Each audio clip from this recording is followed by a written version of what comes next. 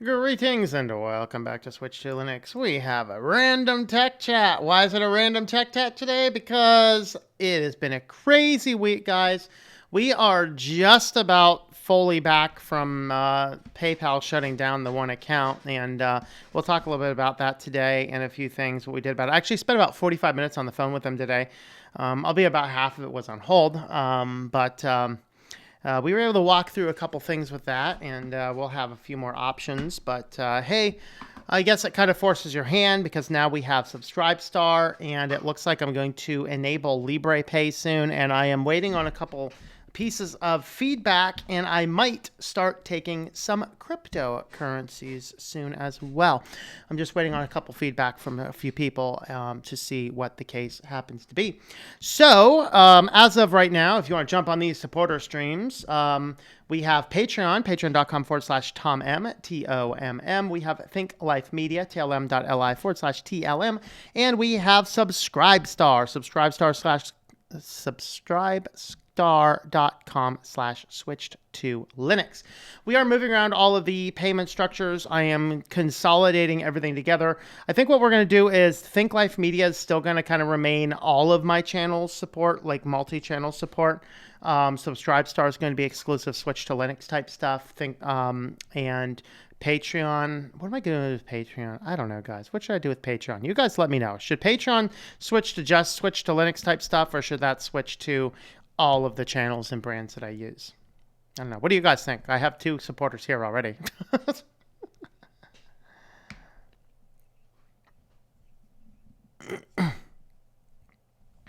Mm-hmm.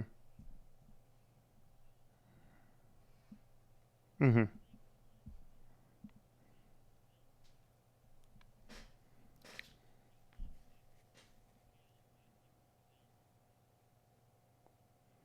Mm-hmm.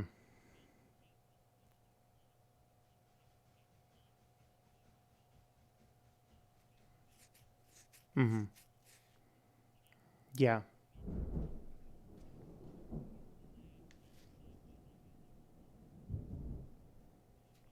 Mm-hmm. I'm going to interrupt you for just a second. We have thunderstorms going on outside, so if I suddenly disappear, we got struck by lightning. All right, proceed. Proceed, Mark.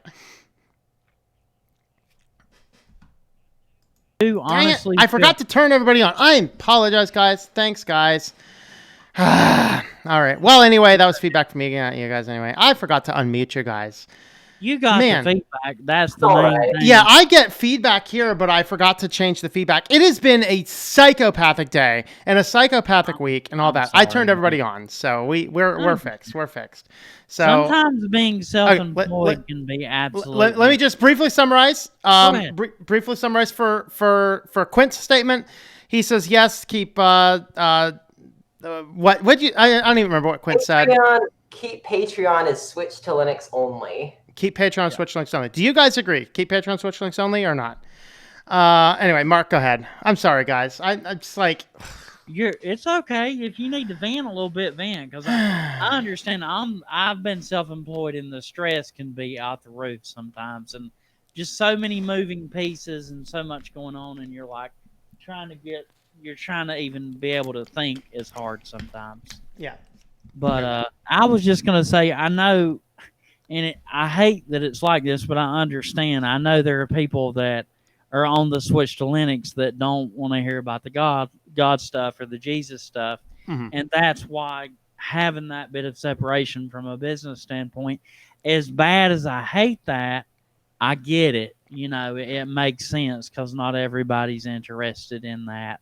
So those 2 channels tend to be diametrically opposed for those people, and it's a shame because what's the funny thing? A lot of the privacy stuff we talk about is kind of loosely mentioned in scripture, and you know a lot of the way society is from these happenings. But you could draw a lot to it from the scripture, actually, if you really wanted to.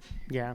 I realize there's people that don't want to hear about one or the other, but what I'm also Right. trying to do is make sure if you are interested in both, you have the perks of both if you want to Right. support on one platform. But anyway, Um, One of the things do you remember you did that video? It was probably a couple months ago about comparing is that website slant.co that like was comparing different Linux YouTubers. Yeah. I don't know if you remember doing that video, but that video after that video was posted, somebody posted a con towards yours saying that you're too religious. I'm a Jesus freak, a Bible thumping Jesus freak. Me too. It's all good. Yeah, and that's understanding the parts of the criticism. There's people that want to tune in just for tech, but there's also I have received a lot of feedback from people saying, "Wow, I'm so glad to hear you're a Christian as well." And so there's on the one hand, I realize some people don't want to see it, but I still like to jump on every now and again and just mention, hey, I do Christian content and stuff as well, especially because YouTube seriously suppresses that. And if I don't promote it somewhere like here, it doesn't get promoted. But if I promoted nothing but that here, that'd be a problem for people who want to come in here about tech. That makes a ton of sense. And so there's very low turnout. Mm-hmm. I don't have a problem with the Christian content. I am a Christian, but I don't really look at that type of content. I have no problem with it. Yeah, right. Yeah. So what my ultimate goal is for the support channels is if you want to help support the channel, I want to make it as easy as possible, as many ways as possible to help support. Yeah. But at the same time, if it's more convenient for you to support just on Subscribestar, but you still want access to the perks we have for being a supporter of the Christian stuff, I want to have a way to give that to you. Now, one of the things that I like right now on the Think Life Media channel, I think I can only do PayPal or Stripe. I don't think I can run both of them concurrently. I'm looking at a platform that will allow us to run them concurrently so that you could actually go in and create it and either use Stripe or use PayPal or other options as well. That would be really useful, I've been working with or looking into and researching the company that put together the store that is on my Christian site, which is an amazing piece of software. They have a membership site service as well. That's like another $50 or something. I'm like, I think I might just go ahead and do that and just rebuild the site. And if I do that, I need to figure out if I'm going to do that. I don't know. There's so many questions I have. And so. And I haven't forgot to email you. I'm just thinking about the colors. I'm considering green. Yeah. I got an email from you, but it needed a password to log in. So. Yeah. I think. Tell us that right here publicly. No. That's for security. I've had pushback on that already. I may have to go back to Proton Mail. That's how Tutanota does it. The end-to-end encryption. For the viewers, there's actually be interested in that. Benefits to that, but holy crap! Sometimes I'm just sending a very unimportant email, like you're sending me business colors for a public website. Okay, I get that, and I understand the pushback. And at the same time, I actually like it because you just have to do it once. You store the password and you're good to go. But I understand if people just want to communicate, it's like I just want to talk to you about something simple. Yeah. It's a little bit it's annoying, frustrating. I get that. Yeah. Let's see. Imagine if SwitchedToLinux made a Telegram group after making a cryptocurrency edition. Oh, I don't even want to think about a Telegram group. I avoid anything that's mostly managed on a phone. Guys, if it's mostly managed on a phone, I ain't doing it. Last I knew, Telegram is. Yeah. I'm doing a little bit more on my phone than I ever used to. I know that I can do invoices on my phone, but I'm doing a little bit more of those on my phone. And with the Pulse Way, if I decide to break down and pay for it, it's kind of expensive. But I mean, you can manage systems from your phone anywhere you are. And like when I'm out on site on a client job, it's, oh my God, having that iPhone and it's a big enough screen. It's just big enough to where I can do some basic things. Super helpful to where I don't have to carry around a laptop, Yeah, I mean that was the thing I noticed when, I guess, shifting into our random tech chat. When I not as much maybe it was smartphones. Smartphones and tablets, when they first were becoming affordable and able to be purchased. I remember when I first got a smartphone, the greatest thing about it was that I could get up, I could check my email without having to turn on a Yeah. computer, which meant Yeah. I could anything if something important happened, I knew You about know, it. you And know that it. allowed me to say, okay, the morning is basically my time unless there is something that I need to handle immediately. Yeah. And that was a good way to use the technology to save some time, because then it crossed this balance where if there was something important, my client's not mad wondering where I am for 4 hours while I'm taking care of stuff in the morning, because I can see really quick, okay, nobody's trying to get a hold of me, good, I have a few hours. And I'll check email every couple hours or so in the morning before I turn the computers on. That was very convenient, very convenient. And so with that, it's like, okay, that was a good thing. So that Yeah. was great. One But example. Go go ahead, ahead. Mark. Nope, Finish. go ahead. You're fine. Nope, I'm done. Go. I was just saying I'm long-winded too. Something pops in my brain and I don't have no filter sometimes. Um I had an example where I was out with a client that I thought was really interesting, and I had to power cycle her modem and router equipment. And well, she has like one of these older Belkin wireless N routers, and it's got the alphanumeric code. The way my brain is, I don't do good with random alphanumeric characters. I always misplace something or switch it. It's almost like I'm half dyslexic. It's like I'm switching things up. So just having, and I know this is terrible, I should use something different, but the Google Keep app on my phone, just writing that down and writing out those details specifically for that client and pinning that to that app, it's just the power of the pen. And having that on my phone is so useful for me. And that's one of the most simplest, rudimentary tasks that you could think, and that is so useful because it's present on my mind. You know, that app, Google Keep.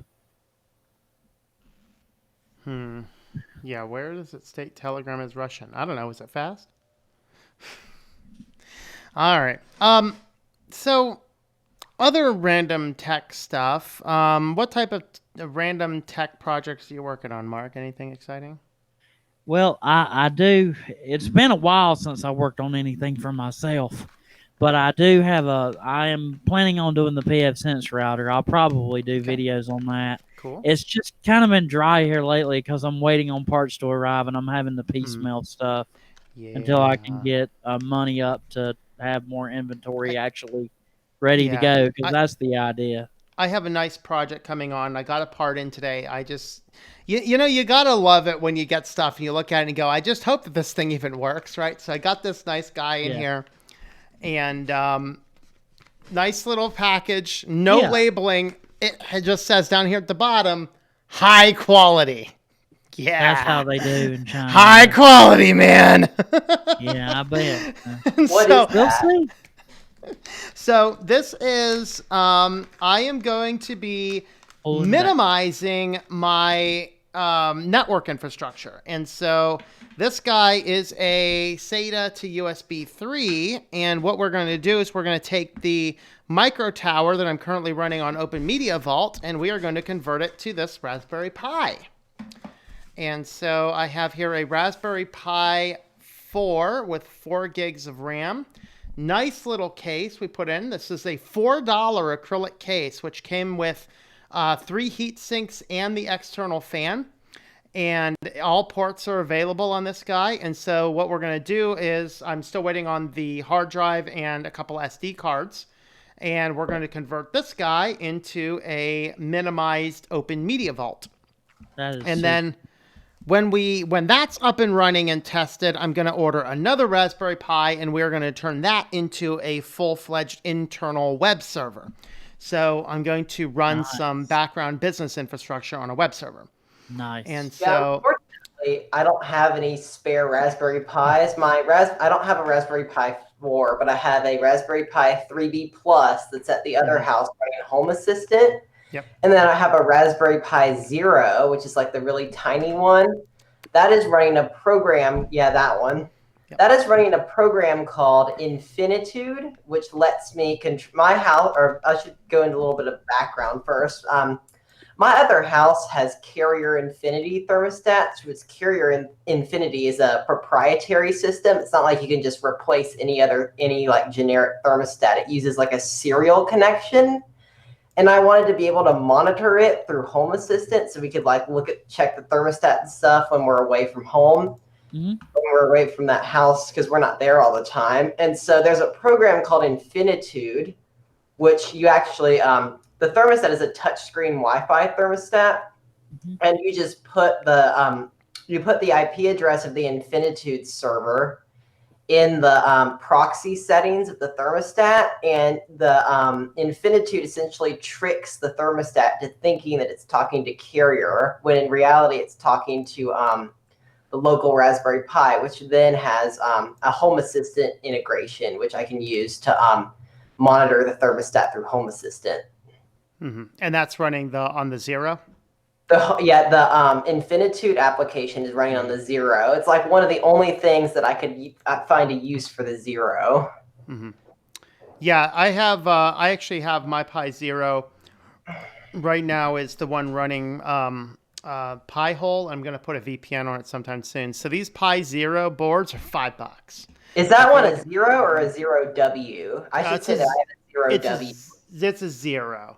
I specifically wanted one without wireless and Bluetooth. In fact, if I could find I wish they made the Pi 4s in a model without the wireless and Bluetooth, because I think that in some applications, having the wireless and Bluetooth available could be a security risk if you're not actually needing to use them.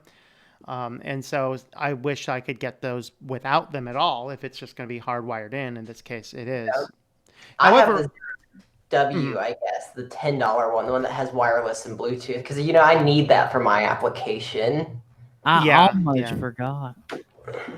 I forgot something really cool that happened today just before the stream. What's that? Dude, Microsoft Edge gets it right at the very last minute, the 11th hour. They decided to delete the whole thing? Well, that's one way of getting it right. Like, could have done that years ago. No, they pulled Internet Explorer. I understand that. That's long dated. Nobody should be running Internet Explorer. But Microsoft Edge, look at it. Show it to the crowd. Tell me what you think, because honest to God, it is not half shabby. It looks kind of good. It surprised me. Let me go grab the Surface Pro that I put Windows 10 on, and I'll boot it up. Cool, that's perfect for it. Yeah, it's really intuitive. I really like it. As a matter of fact, I'm going to use it in place of Opera, because Opera's doing fine stuff. My goodness, I could use Brave in place of Opera, but I don't like all they bake into Brave. Of course, Edge has some of that. This is back to my thermostat setup, is that the Carrier Infinity thermostats are Wi-Fi, and they have an app, but the app is the most horrendous app ever. It only works in landscape mode. It's like rated like at 1 star, and it's like impossible to use. Even like it doesn't work. Like it's really hard. Like you can't even get out of the app on a new iPhone without like restarting the phone. Yeah, that's accurate. It is like the worst designed app ever. If you want to look it up, Carrier Infinity on the iOS App Store, it is the worst design app ever. And so I'm able now, I can actually pull it up on my phone right here, because Home Assistant has a FOSS version of their app, which doesn't use Google services. I actually show right here, I have the thermostat right there at the other house, and I can control it. Kind of hot. We leave it on 78 when we're not there. I'm sure there's a good reason behind that, temperature-wise. Yeah, and the other thing, I don't remember I think I told you this in I guess it was last Friday's news. I told you, Tom, that I was setting up that I was trying to set up that Z-Wave door lock. I don't know if I remember. Do you remember that? Yeah, I do. It took me like 4 hours to set it up because the lock, actually, I was reading about it. It's not a problem with Home Assistant. It's a problem with the lock itself. they put a Quickset puts a very cheap Z-Wave module in the lock. And so it took me like 4 hours just to get it to stay paired. And then finally I did something and now it stays connected. Okay. Yeah, I have that lock on here too. As you see, it says somewhere right there, kitchen deadbolt. I can lock and unlock it remotely. I can see the status. Yeah, so that's all I'll have to look into the Home Assistant and see how good that is. So here I have, if I can pull it off there. So here's the Pro 1, and it's running the new Edge, which, yeah, it's actually runs pretty quick. Like the old Edge. Check out go into the settings and see how they have things laid out. Yeah, it kind of reminds me of a mix of Firefox and Google together. Yeah, it's definitely the new one. Yeah, I just could see it very clearly. Yeah. It does. Really, it has a separate tab: General, Privacy and Security, Passwords, Autofill, Advanced. Of course, everything is on by default because Microsoft. Did you see? If you're a news junkie like I am, you check. Like I keep up with the SJW crap and stuff because it's just interesting for me. But like entertainment, informational. Like when you open it up, it'll give you what do you want your tab view to be. Like with the new tab, it'll do focused, which is just the search bar and black solid color wallpaper. It'll do informational, and that informational I find really cool. Yeah. And it'll give you a lot of the tiles, and in a very useful way. The tiles, instead of on your start menu, it's informational tiles for news and stuff, which I think is a really good modern use for the tiles setup. That's probably better than having them in the start menu. And then it'll give you like another view that's actually pretty useful. It's more for it's pretty. It's got a wallpaper and a Google search. I still think like the tiles is not where Microsoft screwed up the menu as much as the ability to edit the menu is where they screwed up the menu. No, I never really mind the tiles at all. I kind of dig them. Yeah, but I can't stand the disorganization and the chaos that the Windows 10 menu is. That's where I have my issue. I agree. It's very cluttered. I really wish Zorin OS came with a No, Farron, it's the new Edge. Trust me. Okay, I'm staring at the computer. I have updated the system. It is running the absolute latest version of Windows 10 with the latest version of Edge. I really wish Zorin OS had a minimal version because what I do I like Zorin OS. I think it has one of the best GNOME implementations other than Fedora. But every time I install it, I have to go through and just type out a list of like what I want to uninstall.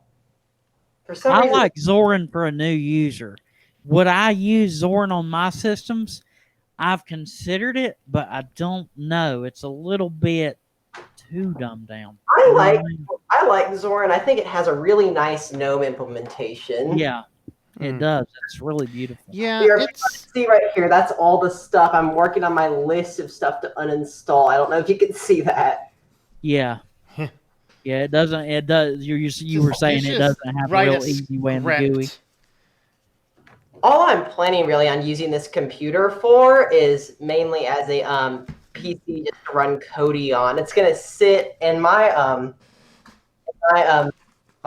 theater. This house has like a little theater room type area, and there's a closet that has a big rack in it where all like the equipment is, and I'm just going to put this computer, just put it on top of the rack and just plug it in with HDMI and use it just as kind of a media PC. Yeah, I'm looking at the carrier. I'm going to put this high quality cable back in the bag that says high quality so that nothing happens to it. I'm curious if this is going to show up as a USB hard drive or as a SATA hard drive. It's kind of 50-50 right now. We'll see. Killer feature: Vivaldi tile tabs Firefox containers. Yeah, Vivaldi and I can't for some reason Vivaldi does not work on my Arch system. I don't use Vivaldi because it's not open source. I like to have an open source browser. Yeah, that's becoming Firefox, which is becoming insane. So I think Farron threw some nice, interesting information on the Discord server talking about apparently they changed a lot of their settings in the latest updates and stuff. I just don't understand why they won't open source it. Yeah. That would be if they open sourced it, I would use it. I really like the browser. It's just I don't understand why you wouldn't open source a free product. Now you're still talking about Edge. I'm talking about Vivaldi. Oh yeah, Vivaldi. Now I think love it should Vivaldi. be open sourced. Vivaldi is my favorite browser. That's what I'm on now. Love Vivaldi. I use Chromium for any type of Google Hangout stuff. Yeah. And I use Firefox for everything else. Firefox is my main business. That's where I do like my back end stuff, my administrative stuff, remote access, all that. If it's not a native app and I need to do it in the cloud, like Opera I use for parts orders and any kind of purchases that I need to make. This is funny. I posted this on the Discord server under the COVIDiot news. So I needed to get. The last thing I need for my NAS build is hard drive and SD cards. So I was going to price out. I thought, okay, option A, I could actually break down, throw on a Kufi capture, and go to Best Buy. But that would really break my standard protest of not supporting businesses in the local area until they stand up to the local governments. Option B is let's order it online. So I don't want to have too many online accounts. So I got the Amazon account and hey, let's check out Newegg. So Newegg was like, okay, let's try these out. So I find the hard drive. I'm like, okay, that's a good hard drive. The price is pretty good. Let's go ahead and throw this in the cart. Gives me a pop-up for some add-on. I don't know. It's something, some computer part, right? So it's like computer part. No, I don't know understand the computer part. It gives me an instant secondary pop-up recommendation. Would you like to add a box of masks to your order? Yeah, I think that's screw you guys. I'm going home. And I closed out Newegg and I ain't ordering from them for a while. Well, not forever, just for a while. Think about that. I get that. Yeah. Yeah, so, yeah, they're doing that, and I think it's a little crazy. It's totally unrelated. It's a computer store. You don't need to upsell masks. It's what are you doing? One of the things I wanted to talk about was my watch here. I know, Tom, you have like a Garmin watch, right? Yeah, I have a Forerunner 45 because I can pull all the data that I want manually off of the watch without ever connecting it to anything. So I have that's Gatebridge, right? What? Gate Bridge, right? Gadget Bridge. That's the name of the Gadget Bridge. I'm sorry. Gadget Bridge. Yeah. So the app I pulled up the website. There you go. I don't know. Are you showing the page now? Yeah, I'm showing the web page now. Yeah. The first device. I don't have the YouTube pulled up, but the first device should say Amazfit Bip, the top one. Yes, Amazfit Bip. Yes. Yeah, that's the one that I have right here. Okay. So it kind of looks like an Apple Watch. And this watch, I think it's made by Xiaomi, and there's a proprietary app for it. I don't remember what the name of it's called. But the reason I bought this watch, first of all, it's only like $80, and it does heart rate too. That's the main thing. It does heart rate. And because it's one of the watches supported by Gadget Bridge, which is an open source app to sync your watch with your phone. It's on F-Droid. Let me actually pull it up right here. Yeah, I wonder what the data analytics, if it's any better on that one, if it's reasonable. So, Gadget Bridge does not require any kind of cloud account. Everything is locally stored on your device. You still have to have your Bluetooth on for it to sync, though. I know, Tom, you don't like having your Bluetooth on. No, not really. Yeah, I try to keep it off when I'm not using it. But speaking of which, I think I need to turn it off again. Oh, no, I did. I'm getting in the habit of turning it off. So. They could probably. So it's connecting, right? It's trying to connect right now. Yeah. Okay, there we go. Just connected. So as you can see, this is what Gadget Bridge looks like. Yep. And I can. Oh, you pulled it away just when it got focused. Sorry. And okay, we're focused. There you go. Okay, so we can see settings, refresh time, a little graph, a little runny guy, and a vibrating watch. Okay. So if we go into the main thing is the graphs here. So I haven't actually used the watch in a while. It's been probably about a couple weeks since I've used it because I've been at home all the time and I just don't remember to put it on. But let me see if I can find some data in here. But there is a section here. It says activity and sleep. There's no data in it, but you can actually go through here and you can look at all your data. It'll give you a graph. Okay. Nice. Um, And you're using it from the F-Droid link here, right? It's called F. Yeah, it's the app is actually only on F-Droid. There is a version on Google Play, but it's unofficial. Okay. And the developers make a really good point. They say if you're using Google Play, you should just be using the regular app that it comes with. And I really like that point. Fair enough. Yeah. It's like taking Lineage and installing the Google Play services. Like, why? And here is some data right here. So here's something. Oh, this is really cool. This is like one of my favorite features of this app. So if you look under activities here, this is when I actually turned on like the activity tracking mode.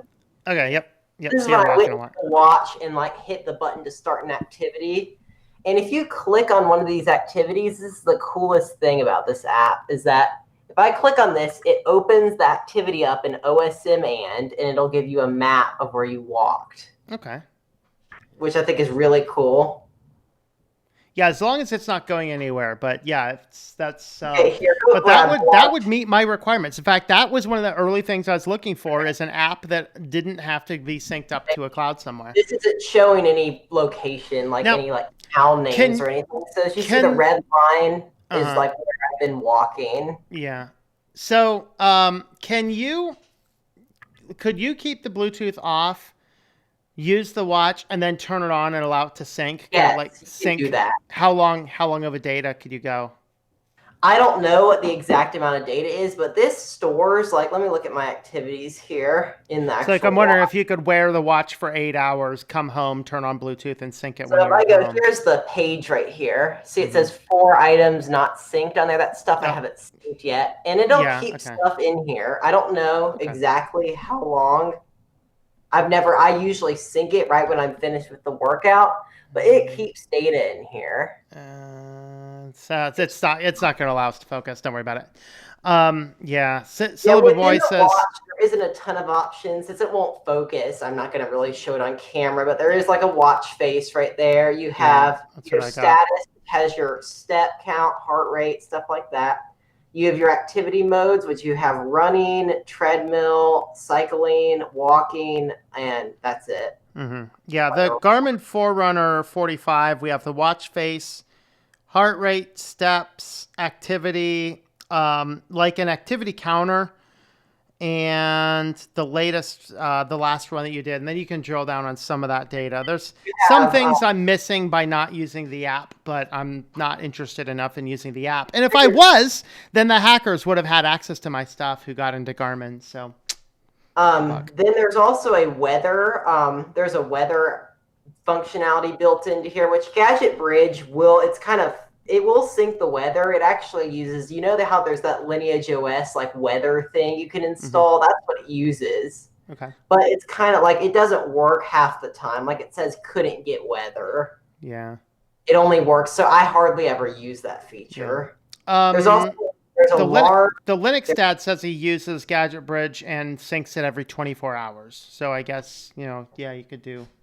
Hold on, let me get this laptop to go back to normal. I don't know why this thing rotates. It's not a touch screen. It's stupid. But there is an alarm functionality. I don't use that. And there's a stopwatch functionality, and there's also a timer. There's alarm, which you have to set up in the app. There's a timer functionality, which has a stopwatch and a countdown. There's a compass, and then you have the settings. So that's pretty much about it. So speaking of the fun smartwatch technology, Pine has an open source watch capable of custom built open source operating systems, heart rate monitor, week-long battery, as well as capacity for IPS touch display, legible in direct sunlight. That's actually what mine is. Theirs looks so much nicer than mine, though. I might have to look at, if the Pine tab looks good, then I think I might actually try and pick me up one of these and give it a try as well. We could do a review, the Garmin versus the Pine Time. Dang, $25? Man, I'll buy it anyway. Of course, they're out of stock, but I'll have to wait until they're up. So it's development purposes, not yet for the end user looking for it, but that's some some stuff. But yeah, they are working on it, and I bet apparently it comes in a bag of parts, and you just put it together. I guess. Cool. We get a bag of parts, guys. So, but anyway, that's an option. Just keeping abreast on the stuff on Pine, by the way. The next big batch of products is going to ship tomorrow. So if you are waiting for something from Pine, it will probably ship tomorrow. That's when they said the Pine tabs are finally going to ship. They had to push up the date a little bit. So hopefully that will be shipped out soon. So I'll let you guys know when I get that. We'll do some product reviews of that as well. So for some reason, Zorn OS thinks this laptop has a touchscreen, which it doesn't. So it has the rotation functionality, and now I can't get it to rotate back. Yay for Zoran. I just go into the display settings. It just changes. Yeah, I'm good. That's what I'm trying to do, but it's weird using the mouse like this. Just set it on the side. It's a laptop, right? You can just set it up like that, you know. Well, I guess I could do like that. Yeah, I mean, yeah, see, it's fine. It's fine. It's all good. You read it like a book. Hey, Joe's on. How's it going there, Joe? Curious what OS? Okay, that's for Richard. All right. Wireless mouse is acting up and blowing basalt up on Minecraft, and it won't move your character around. No. New rabbit hole they went trying in to learn Hugo. Okay. Fun. Both newest Farrens have crashed. Farron, you're crashing. What's going on? How's it going, Mark? We haven't heard you from you in a little bit. What's going on your way?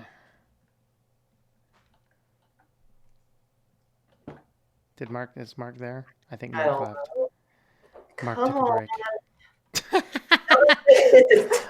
This is just a glorious advertisement for Zoran. Yeah. I can't really situate it, but this is what it looks like on my end right here. Yep. There you go. And now there's no thing. There is a thing like a rotation lock in the menu here, like on the menu, at the top of GNOME, where like the shutdown stuff is. Mm-hmm. But there is no option to actually like manually rotate it in the display settings. I might just have to restart the computer just so it rotates. Just don't lock the display right now. Let's see, the display is not locked, I don't think. Yeah, it's not locked. That shameless plug-in Zornoa suggests it was for the memes. Of course it was for the memes. Come on. GNOME that rotates the screen, I think. This isn't the issue. It has to do something with Zorin because I actually have, because on Fedora and stuff, it doesn't, that option wouldn't show up if it wasn't a touch screen. Try Ubuntu and see what that does, because that would be. Yeah, I have my drive right here. I just installed it, so I could probably reflash this with Ubuntu. Fun. All right. I guess other fun tech stuff. I do have, somebody requested a while ago, and I've just been neglecting to do it. I just got to say, laziness more than anything else. I've not yet gotten the Raspberry Pi Zero hooked up with a VPN yet, but we're going to work on that very soon. And so the objective is to run Pi-hole into a VPN, and we'll take the computer out on the road and give that a test. So I'm going to be doing that pretty soon. And I think what I'm going to do on Saturday is I'm going to do a review of Manjaro on the Raspberry Pi using it as a desktop, which is, it works. It's not something I'd want to use as a full daily driver, but it is functional. So if you are looking for a build for Raspberry Pi, Manjaro does work. I want to look at maybe some other ones before I think my hard drive and stuff is coming in about a week. So XRandR should do the trick. WTR RT tube rotation. Let me just try closing and opening it again. Let me see. Yeah. What laptop is it? Somebody asked. This is an HP Envy M6. It's from around 2012. Stop buying HP products. Come on. I've never had an issue with a single HP computer. I have my issues with HP printers. They're garbage, but I've never had an issue with computer from them. Yeah, absolutely. Let's see if we Yeah, have any. let me reboot, which I'm Yeah. gonna lose all those commands that I typed in to try to uninstall everything. Can't you just on save the commands? Yeah, I guess I could. You should be able to do Yeah, that. Mark, are you back yet? I don't know if Mark's back yet or not. shift. Is it? I guess it's. Oh, I thought I was back Oh. for like 30 minutes and didn't realize Oh. I was muted. Oh yeah, you're muted. Hey, what's going on in your world, Mark? What type of tech stuff you want to chat about next? Give you the floor for a little bit. Wow. I thought I already had. Hang on, my heart hurts. Go ahead and talk to somebody else. I've got a really sharp pain in my chest, and that is not good. Don't Right now. please do not have a heart attack live on my show, Mark. I don't need no heart attack. We're not doing that. We're losing weight now. All right, that's good. Okay, so I just saved the commands as a text file, so that way I can just recopy them. I'm just gonna shut down. Mark is running Android on a Raspberry Pi. That's nice. Switch to a Brother laser printer. Can't be happier. I love my Brother lasers. Now, the one that I have, I would not get the one that I have. It doesn't play nice with many Linux systems, but most Brother printers are fine. It's actually the scanners that are more of the problem. You know, I've actually really liked printers from Lexmark. I don't know if you've heard of them. They were more of a commercial printer company.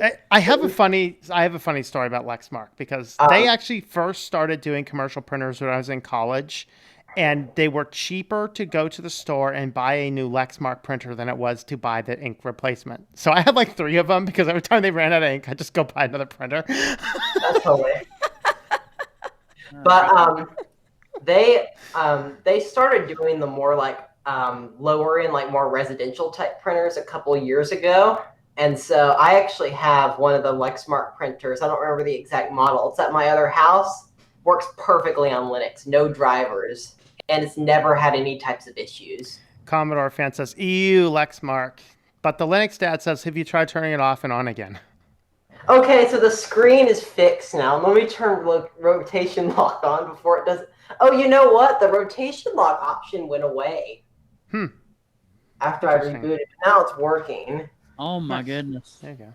But our be HP happy printer with me. actually, a couple months ago, it started having this weird issue where like all the lights will flash on it, and it says you need to turn it back off and turn it back on again. Yeah. It says there's an error with the printer. Turn it back off and turn it back on again, and then you do that, and then like 5 minutes later, it comes back up. Yeah, it's like turning it on off. Jeffrey says Raspberry Pi 4B and Manjaro work very, very well. Which Manjaro are you using? I went with the KDE. Let me know which one you're using, and if you have a build information, I'd be interested. Yeah, The printer works well with Mint out of the box, but the attached scanner is apparently some kind of supervillain. Yes, I actually, mine is the it's the HLL 2380D, I think is the printer I have. And you have to, like, it. I never had a problem with it running if I install the drivers, but it is a bear to get running most of the time. Now, MX Linux runs the printer out of the box. It does not run the scanner, but I don't really need the scanner on that computer. There's a repository you need to download to get your scanner if you want it if you ever need it. I think I've got it saved because I had to do it for a client. Well, right on Brother's website, there's they actually have the deb and RPM files. So as long as you're using something, do deb and RPM. Now, Arch User Repository also has files. I believe that my Arch computer will use the scanner as well due to the AUR. Yeah, the AUR is a beautiful thing. A lot better than snaps and flat packs, in my opinion. Does my Brother printer have is it A-line issues? What's A-line issues? Phi-line issues? No. One of the things I will say about a Brother printer is that we have an HP printer downstairs, and then there's a Brother printer upstairs, and the Brother printer doesn't work half the time, and also it smells funny too. Like it smells like burning plastic when you turn it off. There's just a dead rat in there, man. Get the dead rat out. My mom has issues connecting it to her MacBook, and so I don't know if it's a driver problem because I installed the drivers on the computer, so I don't think it's a driver issue. But when you turn it on, it just stinks. Like it smells like burning plastic when you turn it on. That's a side effect. You might want to let the company know about that one. Yeah. CPI's Vince asks, which of the support options takes the least fees for you? If I do Patreon and connect Patreon through Stripe, I think that's actually the cheapest, or directly Stripe. So Stripe is effectively the same exact fees that PayPal is. So it's 30 cents plus 2.9%. So like if you pay like $1, they keep 33 cents. But if you pay like, $5, it's actually a very reasonable price for not having a monthly fee. I would pay double to have Stripe over PayPal. I don't even care. Take my money because PayPal will lock you up. We'll see how it works. So far, I'm liking the developer app options. I was actually able to get all of my web stores back up and a lot of other services back up with Stripe with remarkable ease. So that was good news. Slightly harder than PayPal, which just asks for an email address, but building the APIs, and they were very well documented. So right now, I guess that's a discussion. I'm going to send some messages out to the supporters, but if we have the option of doing PayPal or Stripe, would that be a better option than just one or the other? And I don't know. We're looking at a few other things as well. I was hoping to have everything looked into by tomorrow, and I don't know if I will. I might still try and do an update video with what I've already done so far in the past week and what I'm still actively doing. So, I need to get LibrePay back up online because I think that's going to be a viable option, and I'm still waiting to hear back a little bit from some people's comments and opinions. So, if anybody has comments and opinions, I'm looking at coin payments, which now there's a lot of other ones. So people have given me BitPay, Utrust, coin payments. People have given me a lot to look into. The reason I'm looking at coin payments specifically is they are one of the recommended ways to accept payments on BitChute. And they accept, thousands or hundreds, whatever it is, of various different types of cryptocurrencies. They did have a hack back in 2017, but they were very open about it. They fixed it really quickly, and they actually refunded everybody everything that was stolen. And I thought that was so amazing. And so I think that's, we can't ask for perfection, but if we're asking for good customer service, that's it. So I'm waiting to hear your guys' opinions. If anybody has any opinions about that, that would probably be the cryptocurrency route that I go, just because it supports BitChute as well. And I should be able to just get a link and put that on any of the sites as well. So if anybody has comments on that, you two or anybody in the chat, let me know. LibrePay I might have back online in the next day or two. It was just complications with everything, getting it all up last night. So, but anyway. Yeah, I'm trying to think if there's anything else I need to cover. Razzler Review Quint says, take the rat of the brother printer, stuff it, and sell it on eBay. Okay.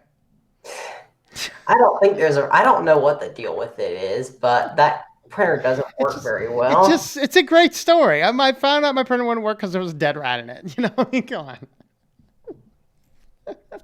You'll open up and find a mouse or something. Just watch. Yeah, I've had no issues with Lexmark. I know somebody said Lexmark in the chat, but I've had no issues with it. It's worked perfectly on Linux. No drivers or anything. Yeah. And the printers never crapped out or anything like the HP printers do. I swear they do that on purpose to make you buy a new printer. Oh, guaranteed. HP has so many shenanigans of planned obsolescence. They're like, how can we screw our customers? Hey guys, let's push out a firmware update that bricks all printers that are older than 6 months old. Yes, let's do it. And then they'll push some over-the-air software update that nobody even knows about that causes the printer to just go spasm and die. I also just like that the Lexmark. I actually like having a laser printer better than an inkjet because the ink lasts so much longer.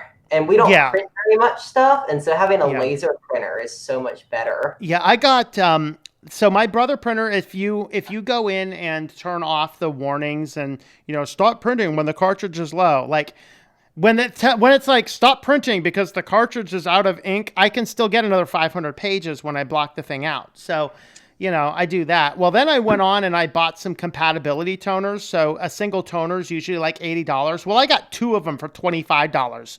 I do not think I will ever need to buy toner again. And I actually, when I'm in the middle of editing a book, I print out the whole book a couple times. And so it's like, yeah. So I need to get paper though. My giant uninstall thing just finished, and we've installed like uninstalled half of the apps on here. There's a couple things that it didn't uninstall, but most of that was actually fine. Yeah.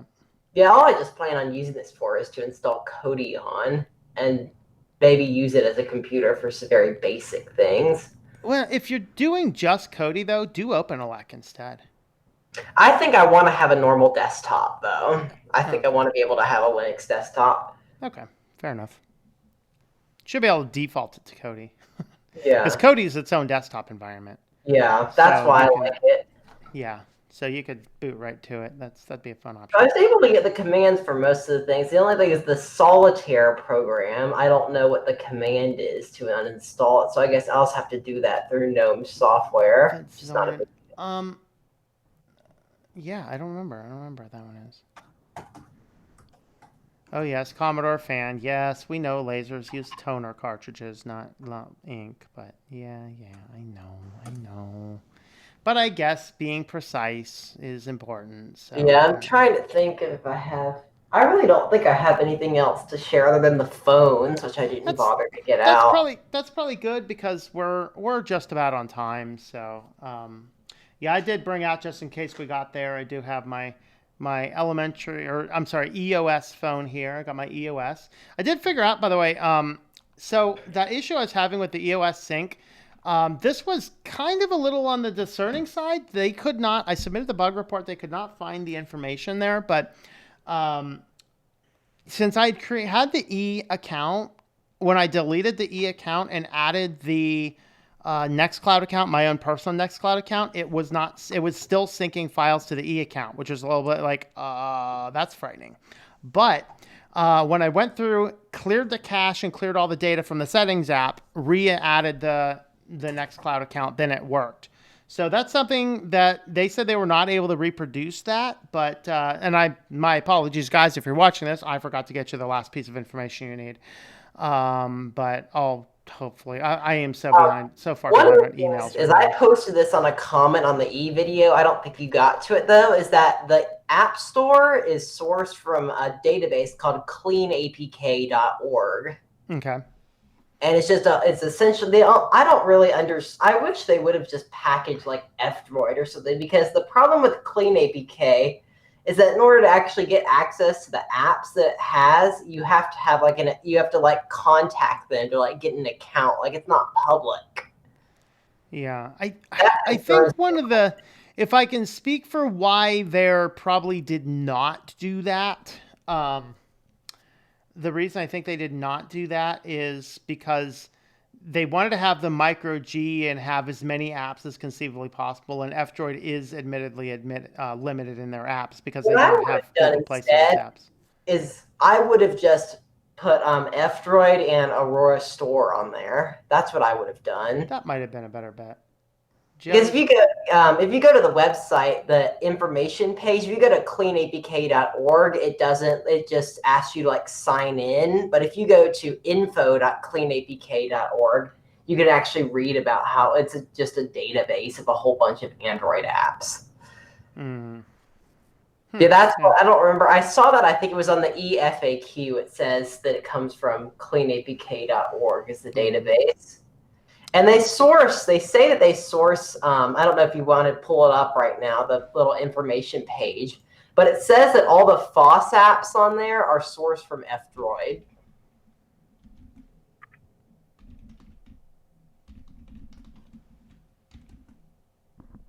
See if I can find it quickly or not. Yeah.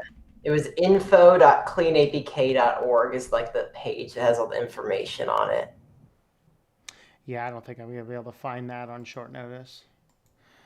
It says if you want to look it up later, all the FOSS apps, it says on there that all the FOSS apps are sourced from F-Droid. I don't know where the non-FOSS apps are sourced from. It doesn't say, which concerns me a little bit. But I really would have that's one of the things, other than the iOS UI, the fake iOS UI and the App Store, the things that bug me the most about I think everything else is great. Yeah. I love the Nextcloud. Yeah, it's one that I there's a lot of elements about it I like. And for those that hate the Apple-based launcher, you can actually put the default Lineage launcher back on it. They have documentation. What I'll probably do is I'll probably create some kind of package because I don't have time to maintain my ROM anymore. And my ROM had the Nextcloud built in. I ported it over from Ease. I'll probably try to create like some kind of like flashable zip or something that essentially install, kind of like how you install like Google Play, on the Lineage phones where there's like that zip file you use. Yeah. I'll probably try to create something like that, just that will add the Nextcloud. Yeah. On top of just stock Lineage. That sounds good. So Joe recommends the Linkyo cartridges. Those are the ones that I'm using. Now Vince says go through a ton of printing at work, have had to replace close to half a dozen printers using third parties. So Vince, are you saying that you had to replace the printers prematurely because you were using third party cartridges? Is that what you're saying?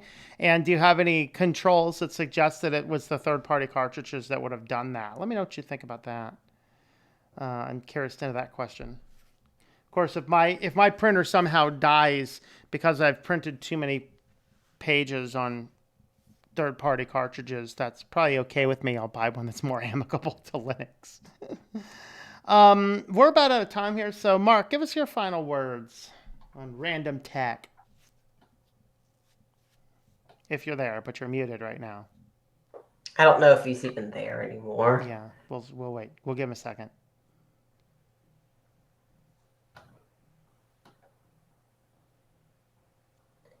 Okay, Quint, what are your final words? Well, really, I don't really know exactly what to say for just random tech, but I guess just install Linux on stuff that works. And I definitely say taking a look at something like Lineage for your phone. I just think it's a lot better than using like stock Android. But other than that, and also Zorin, if any of the Zorin developers are watching, please figure out why a non-touchscreen laptop has rotation. It's an HP Envy M6 is the specific laptop that it is. Please take a look at that. Yeah. All right. So yeah, Vince says that using third-party cartridges may result in CV deaths of your printers. Just saying. Because it's the boogie bug. All right. Mark, are you there yet? If so, give us your final words. If not, then I'll give us some final words. Of course, I will be streaming on my other channel tonight. That's my Christian channel. We are going to be talking about... Oh, I did not fix this channel yet. I will get this channel fixed soon, too. I fixed the YouTube channel. YouTube keeps changing stuff around on the channels, and now I can't see things, so...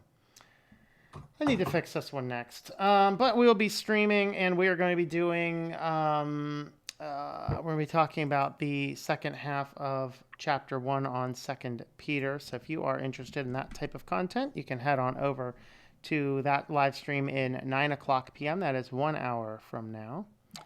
Each printer goes to about 5,000 pages a month. All right. Lasers usually don't overheat, but bad third-party powder would do it.